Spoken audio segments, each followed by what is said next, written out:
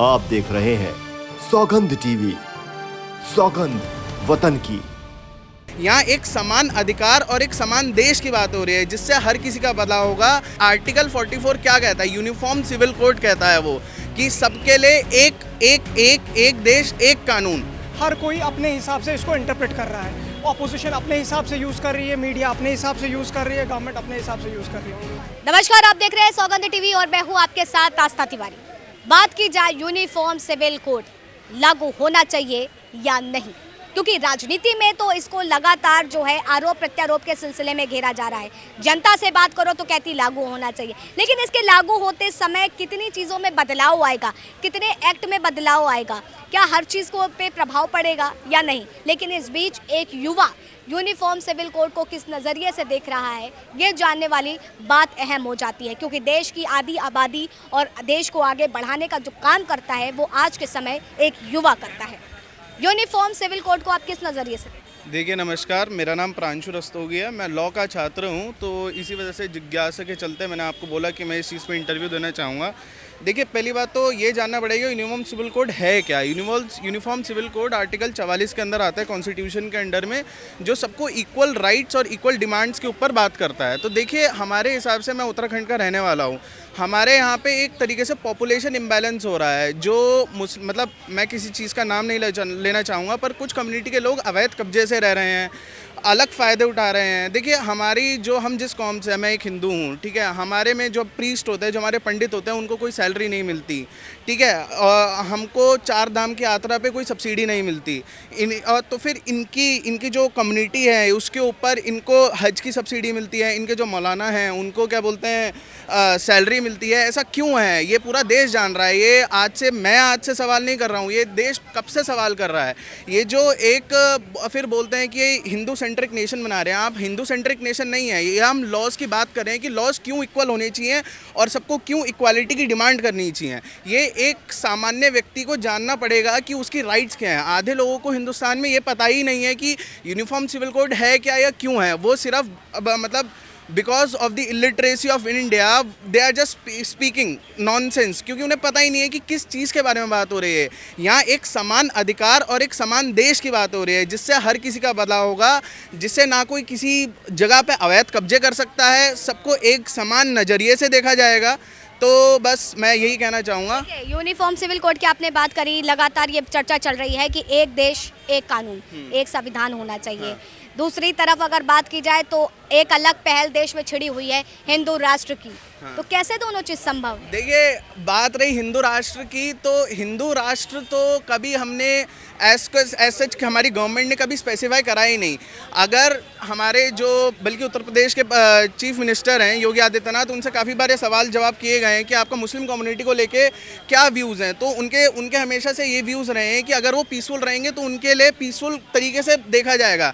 तलाक़ बिद्दत, जिसे specifically triple तलाक कहते हैं, वो हटाया था किसने? बीजेपी गवर्नमेंट ने हटाया था। उससे कितनी मुस्लिम जो महिलाएं, उनके लिए संविधान अच्छे करे गए, उनके जो मेंटल हेल्थ को प्रोत्साहन मिला है, जो उस चीज़ को एक नज़रिए से देखा गया है जहाँ पे एक वुमेन को उसके राइट्स के लिए बोला गया है। तो ऐसा नहीं है कि सिर्फ जो भला हो रहा है वो हिंदुओं का हो रहा है। पेशे से आप एक वकील हैं, आपने बताया। बिल्कुल, मैं पढ़ाई कर रहा हूँ, अभी वकील बना नहीं हूँ, जल्दी बन जाऊँगा। जल्दी बन जाएंगे, आप स्टडी कर रहे हैं उस चीज़ की। लेकिन आप क्या समझा सकते हैं, अगर एक्ट 44 लागू होता है हाँ। तो कितने एक्ट में बदलाव करना पड़ जाएगा? देखिए, एक्ट 44 अगर लागू होता है तो ज़्यादा बदलाव की ज़रूरत नहीं है। देखिए, आर्टिकल 44 क्या कहता है? यूनिफॉर्म सिविल कोड कहता है वो कि सबके लिए एक देश एक कानून। उससे देखिए, सबसे पहले तो हमको ये जानना पड़ेगा किस किस जगह पे यूनिफॉर्म सिविल कोड लगाना ज़रूरी है। जैसे उत्तराखंड है, मैंने आपको बताया, उत्तराखंड में 40% मुस्लिम कम्युनिटी है जो अवैध कब्जे से रह रही है। पॉपुलेशन इम्बैलेंस हो रहा है।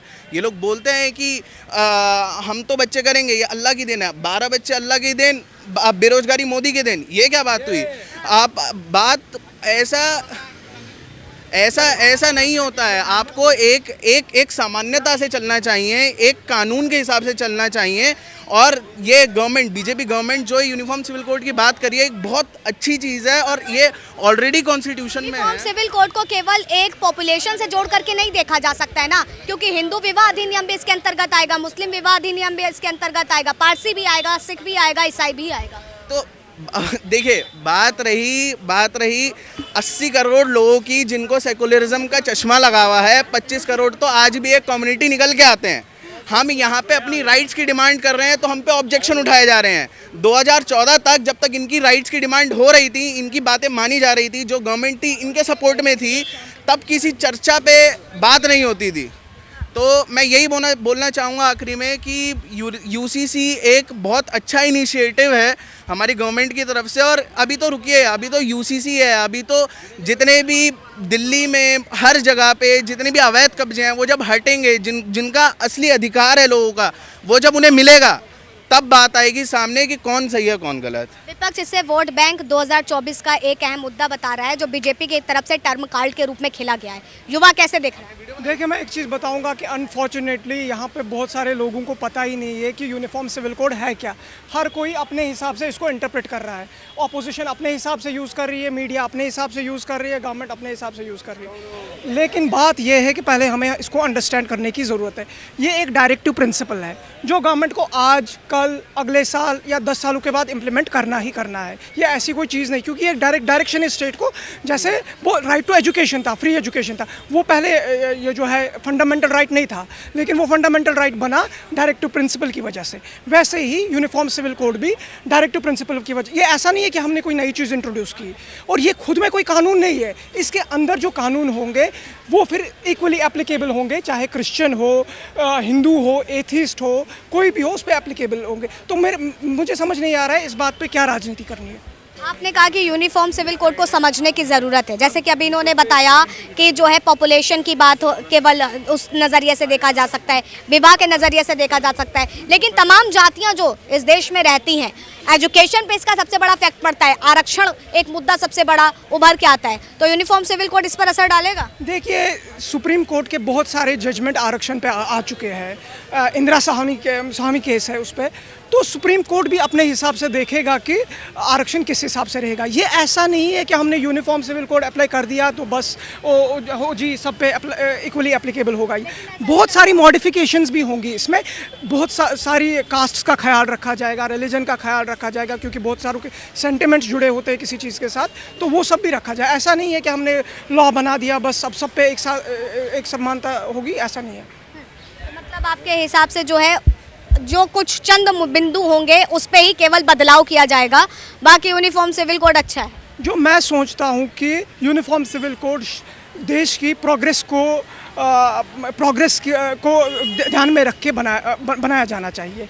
अगर देश में साइंस एंड टेक की डेवलपमेंट हो, जेंडर इक्वालिटी हो, इसकी वजह से पर्यावरण को बचाने की बात हो, गरीबी को ख़त्म करने की बात हो, भुखमरी को ख़त्म करने की बात हो, या फिर जो है महिलाओं को अपने अधिकार देने की बात हो, तो फिर ये मेरे हिसाब से बहुत सही चीज़ है। इस पर कोई क्रिटिसिज्म नहीं होना चाहिए। फिर देखिए, विरोधी दल लगातार ये बात कह रहा है कि यूनिफॉर्म सिविल कोड को अगर देखा जाए तो हमारे संविधान में एक्ट अगर 44 की बात की जाए तो ये पहले से था, तो इसको लागू करके इतना प्रोपेगेंडा करने की ज़रूरत क्या है? देखिए, ऑपोजिशन जो भी हो, उनका रोल होता है कंस्ट्रक्टिव क्रिटिसिज्म का। कंस्ट्रक्टिव क्रिटिसिज्म ये है कि फॉर एग्जांपल अगर बीजेपी का कोई मूव गलत है, फॉर एग्जांपल उन्होंने रीइंट्रोड्यूस करने की कोशिश की चीतास को, यहाँ पे ये मूव फेल हो गया, क्योंकि आपने देखा होगा 8 चीता की में डेथ हो गई।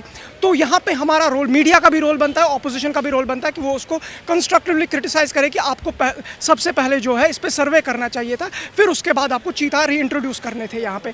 लेकिन दूसरी बात है कि अगर आप फिर अच्छी स्कीम्स पे, जैसे फॉर एग्जांपल आयुष्मान भारत है या यूपीआई सिस्टम है, उस पर क्रिटिसिज्म करोगे तो फिर मेरे ख्याल में ये कोई मुद्दा नहीं लग रहा है, ये बस राजनीति का खेल है। फिर यूनिफॉर्म सिविल कोड पर हम चर्चा कर रहे थे और लोगों ने बताया कि यूनिफॉर्म सिविल कोड क्यों लागू होना चाहिए, एक युवा इसको किस नज़रिए से देख रहा है, तमाम चीज़ों पर जिक्र किया और उन्होंने अपनी अपनी राय रखी। फिलहाल तब तक के लिए आप बने रहे सौगंध टीवी पर। कैमरा पर्सन रोहित के साथ आस्था तिवारी। आप देख रहे हैं सौगंध टीवी, सौगंध वतन की।